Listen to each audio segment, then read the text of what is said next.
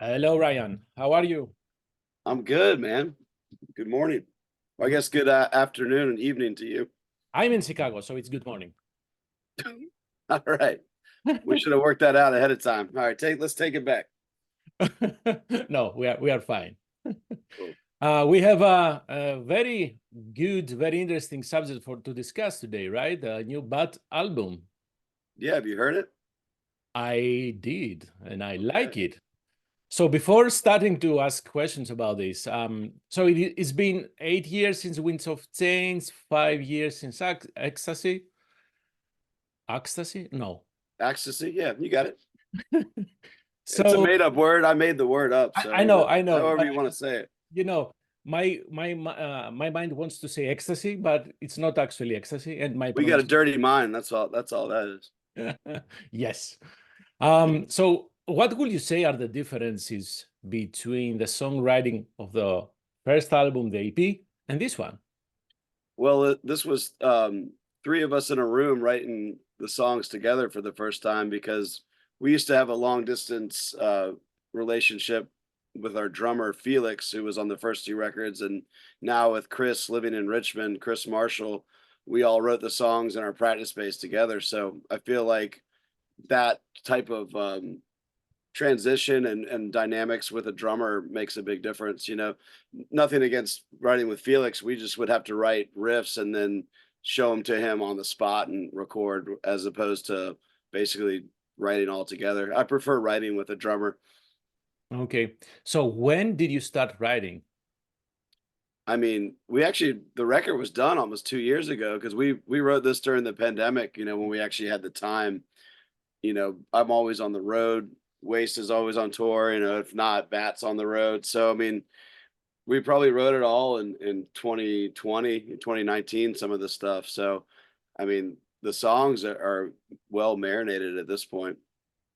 It's interesting, although it's not relevant to but it has some relevance, that many bands wrote music during the pandemic, and now we are being stormed by new albums.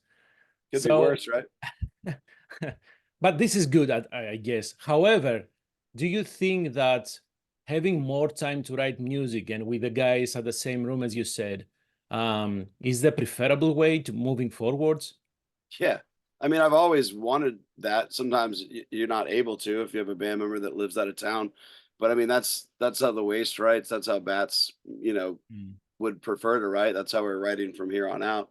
So, I mean, I don't like, the doing computer sharing, and it's just not real. I mean, I like the live feel, like we're living in the 70s, that's how it should be, I feel like. Well, yeah, and especially with a band like Bad, with a trio, right? You have to have this dynamic being on the same room, the bass all cranked up, the uh, Exactly. drums. However, is it my impression, or do you have more guitars on this album? We it's just two guitars tracked and then a third for rhythms, maybe a third for a harmony here and there. But I mean, Arthur Risk is a much very skilled engineer. So I mean, as a guitar player, we beef the guitars up. I feel like some of them were lacking on earlier recordings, and we wanted to make a point to have a big fat sound. So I mean, the bass is loud too. Everything's supposed to be loud. Oh, of course. Maybe I didn't phrase correctly my Oh, question. guitars as in bass and guitar. Yeah. Yeah, maybe. Yeah, everything's loud. What other way is there? Should be loud. I don't know. I don't What think. do you want to remix it? What's up? No, man, I have no idea. I can mix simple stuff, not this one, not music. Okay, so you start with the intro in Italian. Una torcia illumina il cielo. Oh my goodness, I'm Yeah, great. you did it. And that's Fabio Frizzi, the famous composer, was not kind enough to make that for us. I contacted him and Oh. few years back, and man, the guys couldn't be cooler just to do that. I basically was told him I wanted it to sound like a vampire walked in the room, like a chilling, classy little scale that he did, and it's very effective, I feel like, and it sets up for the onslaught that's about to hit. And that's a lyric from Vampire Lore. Yeah, so you caught that. That means a torch lights the sky, which is one of my lyrics. And I came up with the title, obviously, and just wanted to run it by him in Italian. He said that sounded cool, so he was into it. And that made me think that you may have more horror movie references, but I don't think I'm very right on that. You are right. I Oh, mean, these are behind me is 1,000 horror movies. So 1,000? I mean, it could be in front of me too. I mean, it goes around the whole room. Who's counting though? Probably Oh. more. Yeah, but no, every song is like a short horror story. There's a song Horror Vision on the album where I reel off there's 22 movie titles in that song lyrics. Like I just went down the line of the video nasties that were banned back in the UK. There's about 77 titles, I think, give or take. And I I picked out the ones that I could rhyme.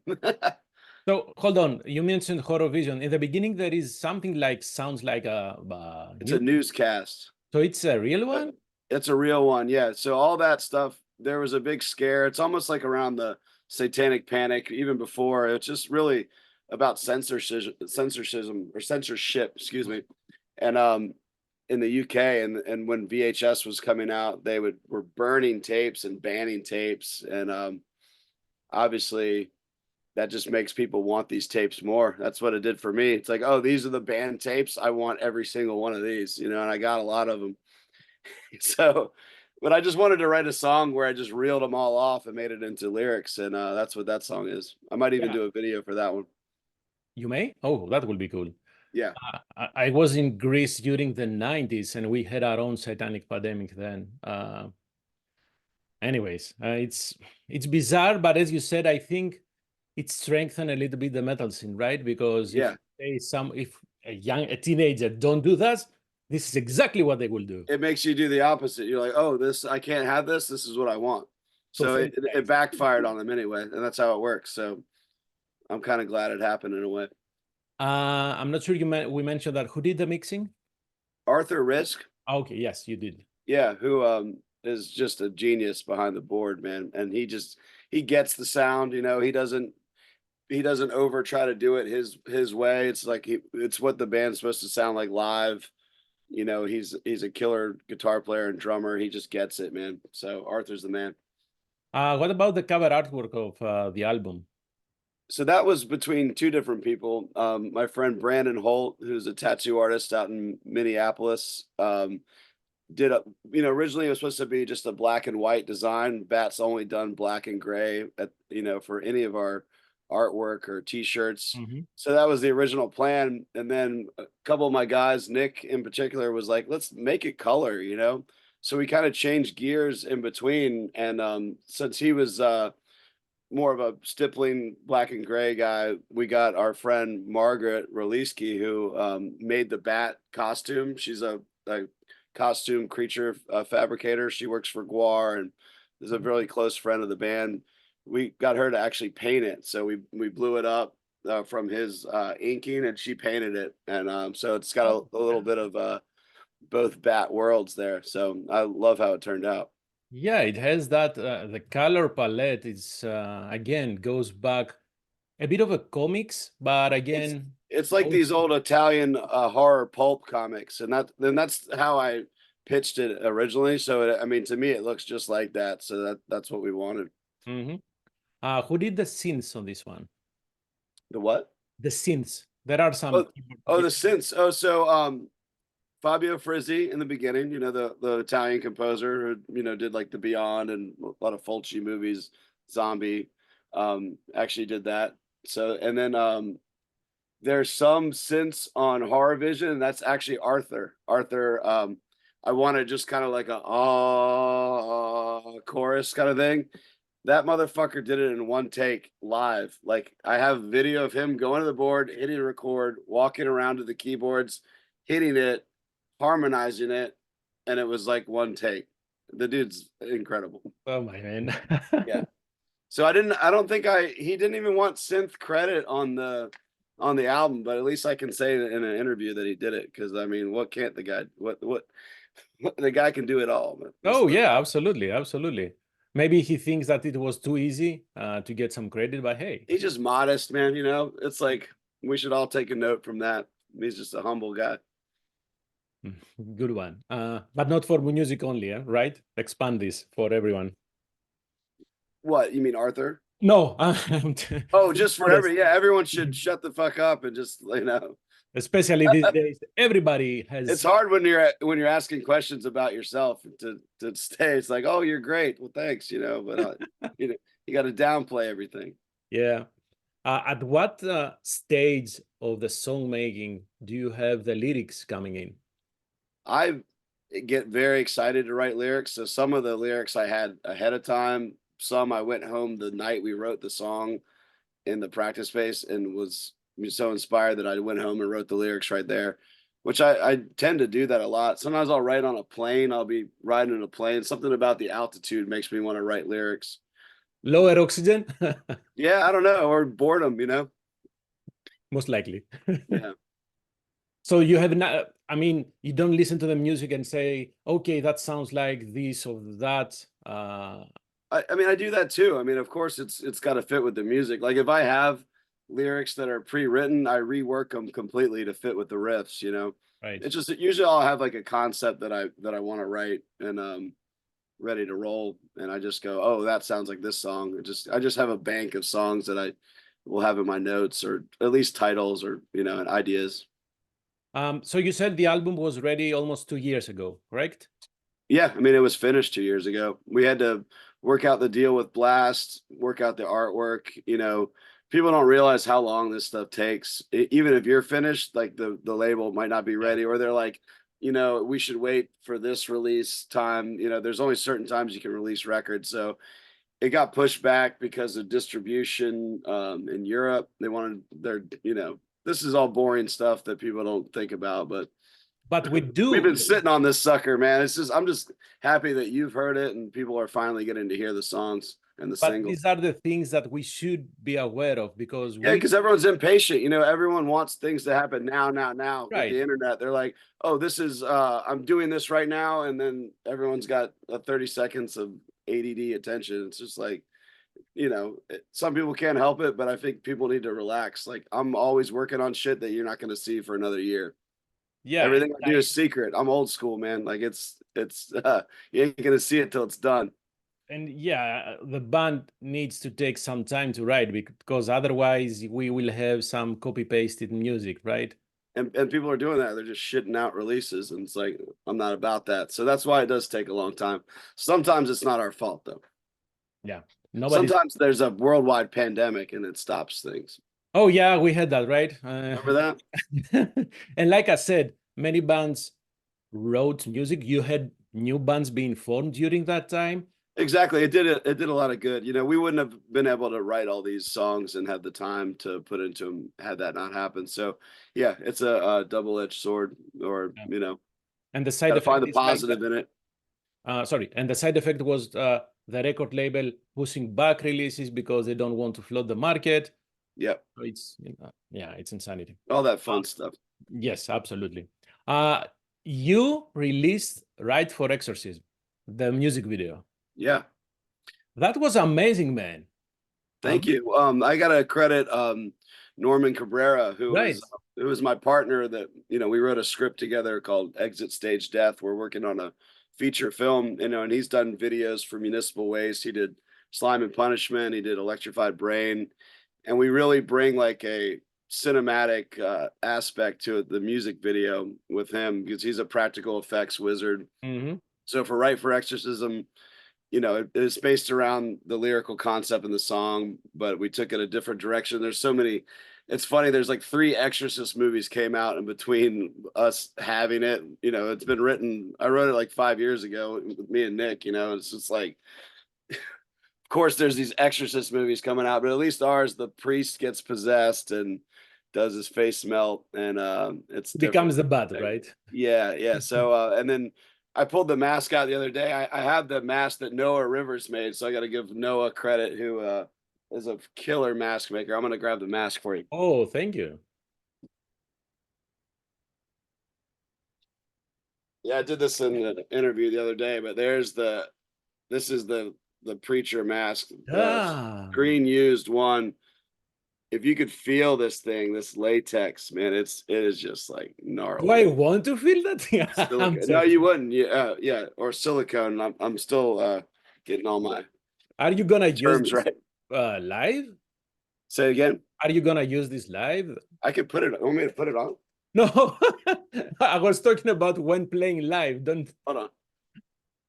That's a twist. Oh boy. Okay. Hey man. Are you scared? A bit, but it's morning, so it's Hey, I feel safer. hey, it's me. Okay, good. Oof, you gave me. Let me fix my hair off camera. Hold on. Yeah. So obviously I'm obsessed with horror and masks, and to work with these guys is like such a dream come true. And Yeah. we got more stuff planned. There's another video coming out that Norman did. So there's and then yeah, we had Street Banger too, which I got to direct that one, which was more stripped down, just punk rock, you know. So you mentioned the feature film? Yeah, so it's this idea I've had since 2013. I can give you the title. It's called Exit Stage Death. It's a Okay. heavy metal horror film, and I won't tell you the plot because someone will steal it, so we're not going into that. Hollywood is listening. My dog's going crazy. Yeah, so that actually another positive from the pandemic is via Zoom, me and Norman and my other partner Jamie Thompson finished writing this movie together. It's an idea I had about 40 to 60 pages written, and then when I teamed up with those guys, we're at 111 pages, which is a feature film that'll be about an hour and a half, hour 45. So yeah, we're just I'm going out to LA next week, and we're gonna have a meeting about some stuff and try to start getting funding for this. Gonna do it independently, not with any studio or anything. So it's gonna be yeah, it's a very ambitious project. Me and Nick are writing the soundtrack for it too. It'll be like resurrecting our old band Vulture to do the music because Right. it's more traditional heavy metal type stuff. So it will have metal in the Oh, soundtracks. come on. Yeah. What what else is there? It's heavy metal and horror, man. I mean, Hey, I just making sure I to tick my boxes. it'll check the main too. And there might even be nudity. So maybe it'll check Okay. that. Okay. We're Thank- hoping. We're hoping the good kind. So I'm thinking that the soundtrack will be a good idea to release it as vinyl, right? Yes. If you can't see, the vinyl is a big part. Yeah, I can see it's colored. Half the reason I make records is just so I can have them. Sure, that works. And you said you have another video coming with the same, you work with the same people. Yeah, with It's Norman in your Cabrera. vision, right? You know, and I've talked about it in a couple interviews, so we could definitely discuss. It's for the song "Revenge of the Wolf." Oh, That'll okay. come out on May 17th when the record comes out. Okay, okay. So it will have some references to the Universal Monster Wolfman. There might be something like that. We're gonna just wait and find out. Okay, I will, man. So you have the North American tour with supporting Necrot. Correct. That Yeah, is, and we just went out with Waste. Just took them out about a month ago, and old friends of the band. You know, Sonny and I, the guitar player, have known each other almost 25 years, I think, at this point. And Luca and Chad are like the coolest guys too, man. I mean, we know we get along on the road. So if we figured out we both have albums coming out at the same time, it just dawned on us. I was on the phone with Scotty from Tank Crimes, who's another one of our best friends that puts their records out, you know, has always been out with the Waste. And so it's just family, man, everyone out there. We're really looking forward to it. So it's most of the US, we're doing about 3/4 of the tour, and then I gotta head to Australia. So we can do what we can. We're doing about 25 shows. so anything after that? Everything after that, man. I mean, I don't stop, man. I mean, my whole year's booked. We're doing I think the only thing we can really announce right now, Bat's doing Muddy Roots. It's like a festival in Tennessee.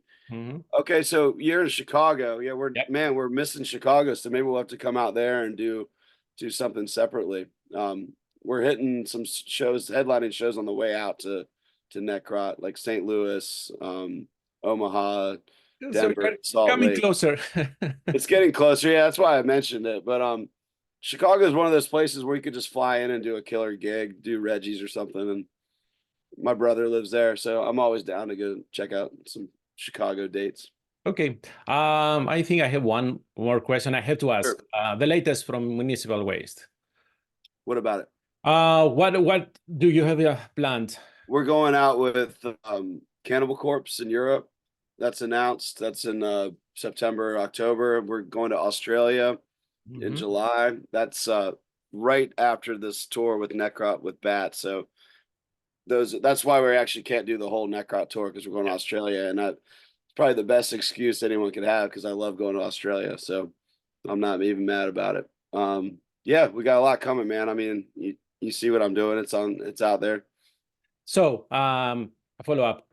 You have your entire year booked for playing live. Anything with you getting back to the studio? Maybe. I mean, if we can squeeze it in, yeah. I can't even begin to think about that. I have 3 things on my mind ahead of that. So That's fine. it's always in the cards, man. You know, we're just not enough time in the day. Ryan, thank you very much for your time. Thank you for the energy boost in the morning. Yeah. Love We're to talk awake metal now. in the morning. Hey, it's an all-day affair. Absolutely. Have safe touring, and I'm waiting here in Chicago, as we said. Take it easy, man. Absolutely. Have a great rest of your day. Bye-bye. You too, bud. Later.